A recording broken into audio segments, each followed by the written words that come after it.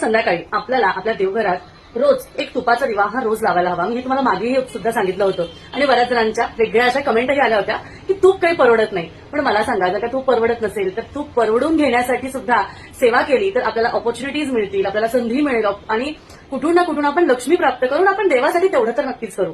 बरं बघा, आपण जेव्हा कधी दिवा लावतो, आता हा दिवा जो आहे तो मी लावलेला आहे तुपाच्या वातीचा, म्हणजे एक वात. अशा वाती आता सहजासहजी सगळीकडे मिळतात, ज्या तुपाच्या वाती असतात. मी ती वात लावलेली आहे. पण तुम्हाला मला एक गोष्ट सांगायची आहे की जेव्हा तुपाची वात खूप जास्ती लपकते, खूप जास्ती वरती उंच जाते, तेव्हा असं मानलं जातं की तुमची जी काही इच्छा आहे किंवा जी काही तुम्ही सेवा केलेली आहे किंवा जी काही तुम्ही साधना केलेली आहे, या गोष्टी देवापर्यंत पोहोचलेल्या आहे आणि तुमच्या गोष्टी, तुमच्या इच्छा लवकरात लवकर पूर्ण होणार आहे. फक्त धीर धरा आणि तुमच्या वेळेची वाट बघा. चांगल्या गोष्टी तुमच्या जवळ येणार आहे आणि स्वामी बाप्पा लवकरच आपल्या जवळ त्या गोष्टी चांगल्या पद्धतीने आणणार आहे. त्यामुळे कमीत कमी देवपूजा करण्यासाठी तरी कंजूसी करू नका. श्री स्वामी समर्थ.